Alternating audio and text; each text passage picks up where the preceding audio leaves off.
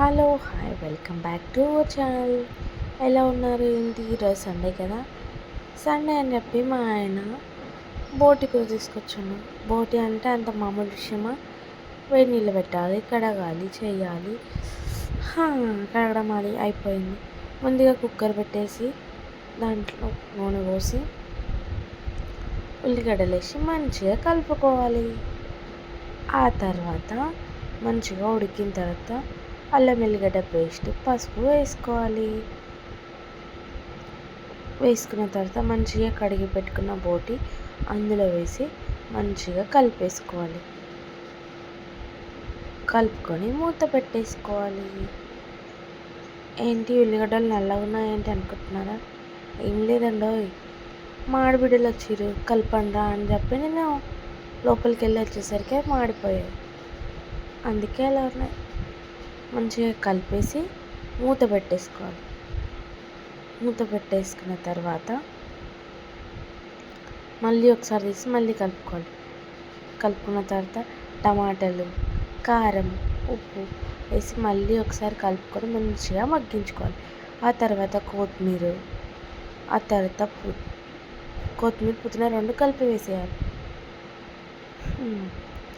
గరం మసాలా, ధనియా powder, ఇంకా water వేసి cooker మూత పెట్టేస్తే బోటి కూర రెడీ. దాంతోపాటు చికెన్ కర్రీ కూడా చేస్తానండో. ముందే కడాయి పెట్టి నూనె పోసి ఉల్లిగడ్డలు వేసుకోవాలి. ఆ తర్వాత నూనె పోసుకొని ఉల్లిగడ్డలు వేసుకోవాలి. ఉల్లిగడ్డలు వేసుకొని మంచిగా కలిపేసుకోవాలి. కలుపుకోగానే మూత పెట్టేసుకోవాలి. మూత పెట్టుకుంటే ఉల్లిగడ్డలు అనేది మంచిగా ఉడికిపోతాయి. అవి ఉడికేలోపు మనం చికెన్ కడిగి పక్కన పెట్టేసుకోవాలి. పక్కన పెట్టేసుకున్న తర్వాత అల్లం వెల్లిగడ్డ, పసుపు వేసి మంచిగా కలుపుకోవాలి. ఆ తర్వాత కడిగి పెట్టుకున్న చికెన్ని ఉల్లిగడ్డలో వేసేసుకోవడమే. ఉల్లిగడ్డలో వేసేసి మంచిగా కలిపేసిన తర్వాత ఉప్పు వేసుకోవాలి. ఉప్పు వేసి మంచిగా మళ్ళీ ఇటు అటు కలిపి మూత పెట్టి చికెన్ మంచిగా మగ్గనియాలి. మగ్గిన తర్వాత మళ్ళీ మూత తీసి ఒక టమాటా, కొత్తిమీర, కారం, ధనియాల పొడి, చికెన్ మసాలా, గరం మసాలా అన్నీ వేసి మంచిగా మగ్గించుకొని ఒక 10 నిమిషాలు పక్కన పెట్టుకుంటే చికెన్ కర్రీ రెడీ. ఎండ కొడుతుంది కదా, చెప్పాను కదా మా ఆడబిడ్డలు వచ్చారని. వాళ్ళ కోసమని వాళ్ళ అన్న పుచ్చకాయ తీసుకొచ్చిండు. పుచ్చకాయ తీసుకొని రాగానే ఇంకా గుండుగడని మా చిన్న ఆడబిడ్డ తన కోసం ఐస్ క్రీమ్ చేద్దామని ఐస్ క్రీమ్ అడుగుతుంది. సరేలే ఐస్ క్రీమ్ చేద్దామని స్టార్ట్ చేసేసిన. ముందుగా పుచ్చకాయ తీసుకొని కట్ చేసుకొని ముక్కలు చేసుకొని మిక్సీ వేసేసుకొని ఒక కప్పు పాలు, ఒక కప్పు చక్కెర వేసేసుకొని మంచిగా మిక్సీ పట్టేసుకొని ఐస్ క్రీమ్లో బాక్స్లో పోసేసి వాటికి పెట్టేసి ఫ్రిడ్జ్లో పెట్టాను. ఆ తర్వాత 10 అవర్స్ వరకు ఫ్రిడ్జ్లో పెట్టేయాలి. పట్టిన తర్వాత నెక్స్ట్ డే రోజు ఓపెన్ చేసేసా. ఓపెన్ చేస్తుంటే చూడండి మా ఆడబిడ్డలు ఎలా తింటారో.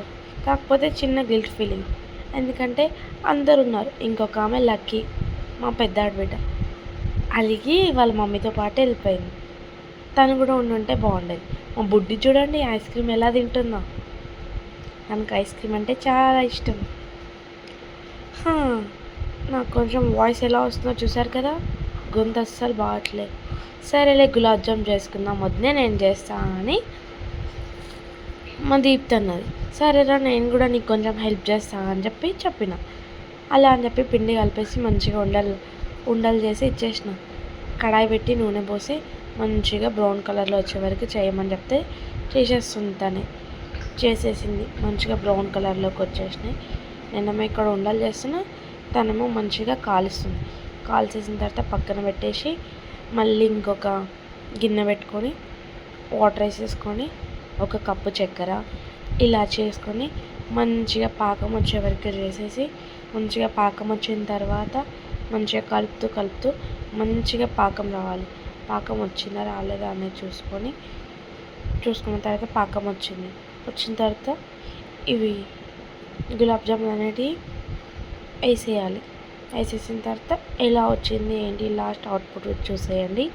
లైక్ చేయండి, మన ఛానల్ని సబ్స్క్రైబ్ చేసుకోండి. బాయ్.